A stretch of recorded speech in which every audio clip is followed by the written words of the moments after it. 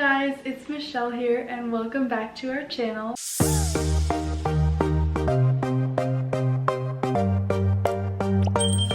Today I'm going to be sharing with you guys a little bit about my dance journey, all the ups and downs, starting from when I was really little all the way until now. I hope that my story can inspire you and help you in your journey. Let's get into it. I started dancing at a competition studio at the age of 2. We got to do a little in-studio show. I was sick that day, but I insisted on going. I was like, I'm not going to miss the show. Then the next year, I performed in my first recital. It was so much fun. My sister and I were in the same dance. The dance was called Sit Right Down and Write Myself a Letter. We were supposed to sing and dance. Unfortunately, I didn't know any of the lyrics to the song. I didn't bother learning them. Kind of just stood there and smiled. Mostly just followed my sister. So the next couple of years, I did end up performing in the recital, which was so much fun for me. I always looked forward to that part of the year. When I was around 5 or 6, I joined my studio's competition team. We would go around to competitions around the area and compete. It was kind of hectic and a little bit stressful at points, but I did really enjoy it. Also around then, I started figure skating. My mom kind of wanted us to try a couple things just to see if we really liked dancing or if maybe we liked something else. I hated skating. I thought it was too cold. Unfortunately for my mom, who really liked watching it and was hoping one of us sisters would like it, but no, we didn't. But I did do a couple figure skating competitions and they were fun. My first one, I think I won 3rd, maybe? So that was really exciting, getting to like stand on the podium, because you never do that in dance. You never stand on a podium. That same year, I watched my first Nutcracker, thinking it was the coolest show ever. I knew that I wanted to do that for sure the next year. That studio had auditions for the Nutcracker, so my mom was like, oh, we'll sign you up to audition. So I was really excited. Fun fact, my mom won a raffle for like a sparkly pink Nutcracker. We still have it to this day. Around that time, I started doing conventions too, where you go and compete and then you also take classes. Back then, the only convention that I did was NYCDA, the New York City Dance Lines. I was little, so I did their Ready Set Dance program. Then when I got a little bit older, I entered the mini room at age 8.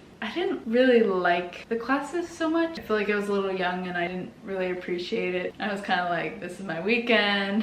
It's a little boring. Kind of want to go home and have fun. There are scholarship auditions every weekend. I remember my sister Jillian really wanted to get a scholarship. She was 10. I did not share the same enthusiasm when we were learning the combination. I was just yawning the whole time. I was just like, I want to go home. Not my finest moment of working hard. But I did know for sure that I wanted to be in the Nutcracker that year. So at age 8, I performed in my first Nutcracker. I was actually a boy child in the party scene. It took me a little while to get used to. I actually really didn't want to be a boy child. I asked my mom if she could ask my teacher if I could be a girl child. There weren't a lot of boys at the studio, so they had to use us girls to be boy children, so that's why I was a boy child. In the end, I really enjoyed it, but definitely at first I was sad. I was obsessed with those little curly wigs that you would wear. It was like a wig with ringlets on it, and you put your hair in like a flat bun and then you put the wig over top. Anyway, I got to wear it for Nutcracker even though I wasn't a girl child, because instead of having the polichinelles, which are usually what are under Mother Ginger's skirt, we had different characters. So there's like Goldilocks and the bear, Alice and the rabbit, Little Red Riding Hood and the wolf. So the first year I got to be Alice. That was really fun for me, and I got to wear the curly wig. I still got to be a girl, just not in the party scene. After Nutcracker, I think it kind of like started very slowly lighting that little fire in me. I think it was maybe like my first goal. I was like, I want to be a girl child next year. Also, that same year was my first year doing NYCDA Nationals. When you audition at regionals, you can win a scholarship called the Outstanding Dancer Scholarship, where you can compete at nationals to win their big title in whatever age category you're in. So I was a mini. I hadn't won the Outstanding Dancer Scholarship at regionals. So I wasn't going to compete for their title, but I was just going to like take classes and kind of experience my first nationals. At this point, I was 9 years old. At the nationals, there is an audition for everyone that's not an outstanding dancer to like receive a scholarship to come back free the next year to a regional. I did that audition, and for the first time I was like, hey, actually this is something I really want. It's like to get a scholarship at this audition. Up until that point I hadn't really cared. I didn't end up getting a scholarship. That was my first time, I think, being a little upset. I remember when my mom came in and I told her I didn't get one, I was almost in tears. I think that was when I first took a step back and was like, I need to work a little harder if I want to achieve these goals. From there I was like, when it comes to next regionals, I really want to win that outstanding dancer scholarship that I hadn't cared about originally. Also around that time, I was starting to realize my love of ballet as well as competition dance. The studio that I did Nutcracker at was very much a ballet studio, so they didn't do competitions. At the competition studio, I didn't have a ton of ballet classes. I obviously had some, but that wasn't the priority there. So I started taking classes just once a week at the ballet studio. So at this point, I was now going to 2 studios. At age 9, I received my first pair of pointe shoes, which was so exciting for me. I took them home and I wore them all around the house. Growing up, I loved pointe shoes so much that I would put together paper cups, like I'd stack them. I'd put them on my foot and then I would put a sock over and then I'd try and go on pointe. Don't ever do that. That's really dangerous and bad for your ankles, but that's what I did because I loved them so much. I did my first ballet summer intensive, which was the ABT Young Dancer Summer Intensive, which is 2 weeks long. I was barely old enough to do it. I like just squeaked in. I was in the lowest level, not surprisingly. I had so much fun. I made so many friends. It was just a really great experience. So great that I ended up going for the next 3 years. By my 4th year doing it, I reached the highest level, so it was kind of cool, like working my way up over the years. Also that year I performed in the Nutcracker again. I was a girl child. Yes, I accomplished that goal. I also got to be Goldilocks that comes out from other ginger skirt. The next year I had the goal of receiving a regional outstanding dancer scholarship. For the audition for that, there's usually several runners up and then there's a winner. Whether you're a runner up or a winner, it doesn't matter. You can still go for their big title at nationals. I knew that I wanted to experience the outstanding dancer program. Whether it was a winner or runner up, I didn't care. I just wanted to get a scholarship. I actually did end up getting one that year. It was kind of like my first big goal that I accomplished. For the Outstanding Dancer program at Nationals, you need a solo. So I got my first solo, and it was actually a variation because of my love of ballet. I did the Quiner variation from Le Corsaire. I actually studied a video of Paloma Herrera, a former principal with ABT, doing it, and it's just so perfect. I could not tell you how many times I watched that video. I watched it non-stop until the day I was done doing that variation. My mom would always joke with me and be like, just do it like that and you'll win everything. Since it was my first time doing the Outstanding Dancer program, all I wanted to do was just enjoy the experience and have a good time. I went and I had a lot of fun. I competed in my group dances with my friends and it was just a really great experience. That year, for the Nutcracker, I knew there was a small possibility that I could get Clara. We did the audition. It went really well. That year, they didn't email us the results of the audition. They just posted them up on the board at the studio. The day that we found out they were going to be posting the results, I actually wasn't there because I was at my competition studio, but my mom was so nice and decided to drive all the way there just to see the results. Looked on the board and my name was written down for Clara in the last show. They actually did 3 casts of Clara that year and I was so excited. Probably the most excited I had been so far in my dance journey. Every little girl dreams of being Clara. I was just so excited to get that experience. The sad thing about accomplishing such a huge goal like that and loving it so much is when it ends. I definitely cried after that was over. Always remember when there's an experience like that that you love That's not the end, obviously, and there's so many more goals to accomplish and so many more things to experience. For Christmas that year, Jillian and I were kind of getting really into conventions. Normally we would only do conventions in Philadelphia or Meadowlands, New Jersey. Those were the areas close to our house. For Christmas, our parents were like, you guys are gonna get to go to NYCDA Pittsburgh, which is obviously a lot farther away, but our great-grandma lived in Pittsburgh, so we were gonna stay with her. When we opened our Christmas present and saw that paper and read it, we were actually so excited that we got up right then and there and started practicing. We were like doing combinations in our living room. Definitely a Christmas to remember for sure. I had a goal that year, since I was at the highest age you could be in the mini division, so I was 10. I had a goal to be one of the winners that year. I had been a runner-up the year before, so I remember trying so hard. Once we learned the audition combination, I practiced it a lot, and at that point my ballet was getting a lot better because I was training more at the ballet studio, which I think we didn't really realize at the time. We kind of just started doing more ballet because I liked the style of dance, but actually didn't realize that that was going to help us a lot in other styles. And I did end up winning the winner for minis. And then that year on my birthday, actually, there was a competition that was run by a lot of the same people that run NYCDA. It's called On Stage, which is just a competition, no convention. I won my first regional title jacket. They don't really do this at conventions, but at competitions where it's just the competition, sometimes they'll have a title winner. If you win title, you win a jacket. And so I won my first jacket. I was so excited. I had seen people at other competitions winning those when I was little, and I was like, someday I really want to win one of those. It said Regional Miss Mini On Stage on the side. So then that year at NYCDA Nationals, I was feeling pretty confident in my dancing. I was thinking maybe this year one of my goals could be to make the gala. The gala is when the director Joe Lanteri announces who out of all the outstanding dancers has made the top 20, top 10, and then if you're really lucky, you get to recompete your solo in the gala. So the time came. It starts with an opening number. Usually one of the faculty members will, throughout the week, choreograph on all the outstanding dancers. We had Dana Wilson choreograph our piece. It was to a Michael Jackson song. I think it was the one that's like, dance, shout, she can body down to the ground. Who's that one? Let's dance, let's shout, shake your body down to the ground. After you finish your opening number, Joe will come on stage, and then you get really nervous because he's about to announce all the top things. So my goal was to make the gala that year because it was my last year as a mini. So he starts announcing the top 20, and I'm not hearing my name, He gets to the very end.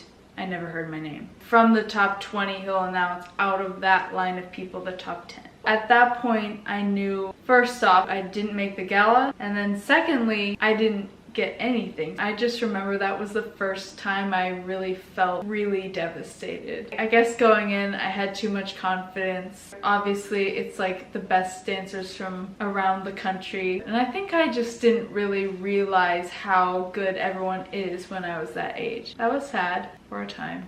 As a dancer, one thing you have to get good at is bouncing back from situations like that, and you just have to know how to mentally handle it and be like, this one didn't happen, let's go get the next one. So that was a good lesson in that. Also at NYCDA Nationals, a lot of the time have an audition for the Radio City Christmas Spectacular Clara. At the time, there used to be tours of the show, so they'd go to multiple places around the country. They wouldn't just go to Radio City Music Hall in New York. I went to the audition. I wasn't really expecting anything. Normally in an audition for a professional show, they'll bring you in a big batch and you'll do the combination, and then they'll make like a big cut. Sometimes they can make a lot of cuts, sometimes it's only like 2 or 3 cuts. I had auditioned for the show the year before, even though I was like pretty little. I got cut then, but what was really cool was someone who was a little bit older who was auditioning as well, who had already done the show, was current ABT principal Catherine Herlin, who I have looked up to for as long as I can remember. She's always been a huge inspiration to me because she actually started out as a competition dancer too, so I would see her at NYCDA. It was just cool being in the same room with her and dancing with her. That time I was going more for the experience. The next year, I think my goal was to just make it at least through one cut, but I actually did end up making it through all of the cuts. And then a couple days later, I was standing outside of the M&M store with my grandparents. My mom called them and was like, put Michelle on the phone. She told me that she had just gotten the call that I was going to be Radio City Clara in Nashville, Tennessee. They were performing at the Grand Ole Opry, which is an insanely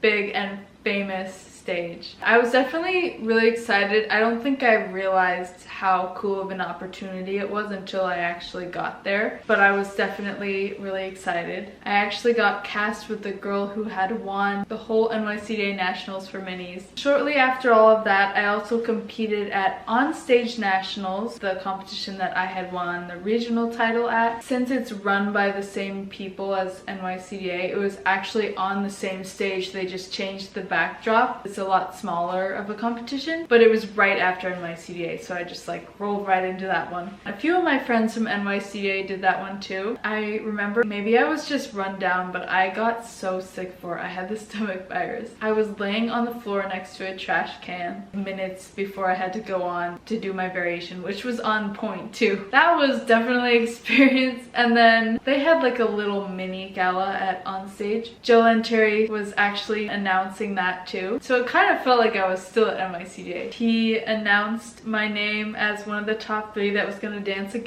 my solo again. Since it felt so much like NYCDA, it was kind of that experience that I had missed. I was definitely super excited to recompete my solo, and I actually did end up winning Miss Mini on stage, so it was my first national title. It was definitely a night to remember for sure. Even though I had the stomach virus, that made it all okay. Usually once nationals is over, you take a little break and then start getting ready for the next season. My mom decided to surprise me with a solo from Susie Taylor. She's one of the faculty members at NYCDA. Up until then, I had just had my variation and I had done it for 2 years, so now I was ready for something new. That was my first contemporary solo. We got this red dress that my mom rhinestoned. The solo was titled Pretty Good Year. The music was really pretty. It was by the Vitamin String Quartet. I just loved it so much. Around October, I left to begin my big exciting adventure as Radio City Clara in Nashville. All of the Claras except for the ones performing at the actual music hall in New York, all of us went to Myrtle Beach to rehearse in this big location that I think used to be a big shopping center. It was just like a really big location, so it worked for all of the different casts to be rehearsing. What was fun was we got to meet all of the other Claras that were going to be on different tours. Like there was one in Texas, there was one in Boston, there was one that went to like multiple locations. We all had fun in Myrtle Beach. My Clara buddy and I had a day on the beach where we were just like drawing in the sand. Radio City Claras, Michelle and Peyton. We had 2 boys in our cast as well. I think we spent around 10 days there before we all flew out to our various places that we were going to be performing. Then once we got to Nashville, we did a couple more rehearsals and then it was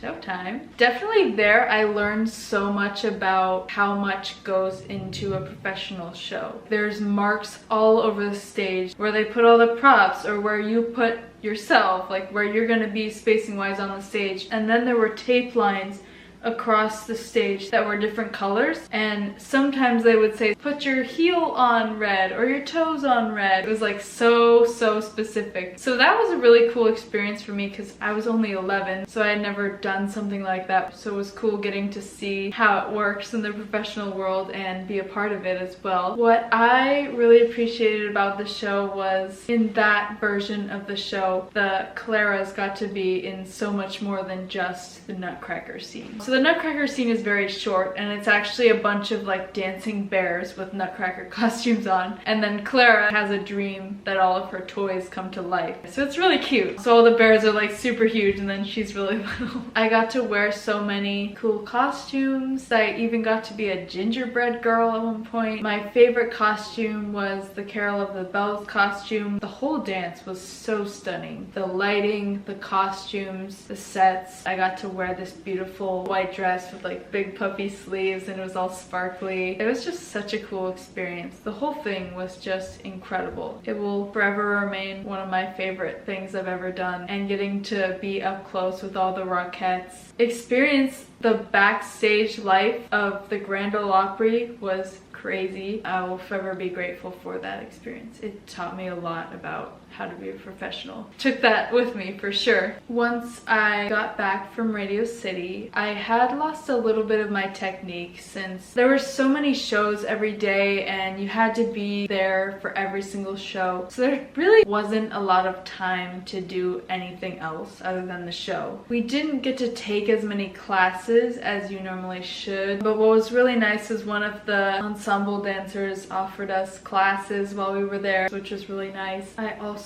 took some classes at Nashville Ballet, and I took a couple privates at Nashville Ballet as well. That next year I knew that I wanted to do YGP, which is normally at the beginning of the year, like right after Christmas. So I wasn't gonna have a lot of time to get it ready. So I did rehearse it a little bit with my teacher that did my privates. Once I got back, it was already a little bit pre-worked on, so I would be ready to work on it with my regular teacher. So yeah, my technique suffered a little bit, but once I got back to regular classes, it was all fine. I actually ended up going to YGP Connecticut that year, and I did my variation Kitri Act 1 from Don Quixote. I was maybe a little young for that variation, but I loved it so much and I really wanted to do it, so my teacher decided to let me. I also did my contemporary solo Pretty Good Year, and I actually ended up getting first place at YGP, which was really exciting for me. For the first time, I went to Star Power Nationals. Star Power is probably the biggest competition that doesn't have a convention attached to it. Fun fact, my little brother David had just been born. My mom wasn't going to be able to take me, so my grandpa actually came out and took me. At Star Power, they have this thing called the title showdown, so if you're in one of the top scoring soloists, like the top 4, then you get to recompete your solo, kind of like NYCDA, in what they call the title showdown. I got selected to recompete, so it was me and 3 other girls, and I actually ended up winning Star Power. It was kind of like the first big nationals that I had won. The announcer, when he was congratulating me, he was like, "So who brought you? Did your mom bring you?" And I was like, "No." And he was like, "Did your dad bring you?" And I was like, "No." And he's like, "Well, then who brought you?" And I was like, "My grandpa." And he was like, "Grandpa, come on stage." And so he came on stage and got to say into the microphone how he was so proud of me, and it was just a really fun experience with him that I'll definitely never forget. He had to help me carry my trophy off the stage because it was taller than me. It was huge. That year at Nationals, I was in a new category, so I kind of just went for the fun of it again. But one thing I did really want to get again, I knew for sure, was Radio City Clara, because I had had such an amazing year and I was still very much below the height limit. I went to the audition, I felt good about it, I made it to the end and my height was great. I was like, great, we're gonna get it again. Days went by and I didn't hear anything, and it was a little strange. Weeks went by and I started realizing that maybe I hadn't gotten cast. But then my mom heard from a couple friends that even though they had cast several cities, most people hadn't heard about Boston. One of the tours was in Boston. I was like, okay, so I kept my hopes up a little bit. And then we found out that they did cast Boston. I was not cast, which meant I hadn't been cast in any of the cities that year. I was really devastated. It was one of the hardest days of my dance journey. Definitely the hardest up until that point. I knew that I really wanted to get that again. I think I didn't realize how badly I wanted it until I didn't get it, which is how life goes. I just remember when we figured it out, I started crying. My mom gave me a hug. It was definitely a really low moment in my life. I knew that wasn't the end. I couldn't give up, and there were so many more goals to be met. Even though that was one thing that I had really wanted to do again, I knew that I had to keep going. So that's what I did. That summer, I also did my final year of the ABT Young Dancer Summer Intensive. I was 12 at this point. I actually met a girl who had been cast as Radio City Clara, and it was fun talking to her about it. She hadn't done the show before, so I got to tell her everything about how it was going to be so much fun. She was happy to get to hear from someone who had done it, so she would know what to expect. It was cool meeting her, and I think she actually ended up doing it for the next 2 years. Later that summer, I got another solo by Susie Taylor, which was called The Rain. The music was really great, and I wore a pretty blue costume for it. It was great, and I was really excited to compete it the next year. When I had done Radio City, obviously I had missed Nutcracker at my home studio. The perk of not doing Radio City was that I was going to get to do Nutcracker again with my home studio, which was exciting. I felt like I was still young enough to do Clara, but I wasn't sure if they would still keep me with that age group or if they were going to think maybe I was older and push me to like the older kid stuff. I knew that I really wanted to do Clara again. I knew after this year I was definitely gonna be too tall or too old. I just knew this was my last chance to do Clara before I moved on. The first day of rehearsals, they had actually not cast roles yet. So the first day of rehearsals was gonna be more of an audition.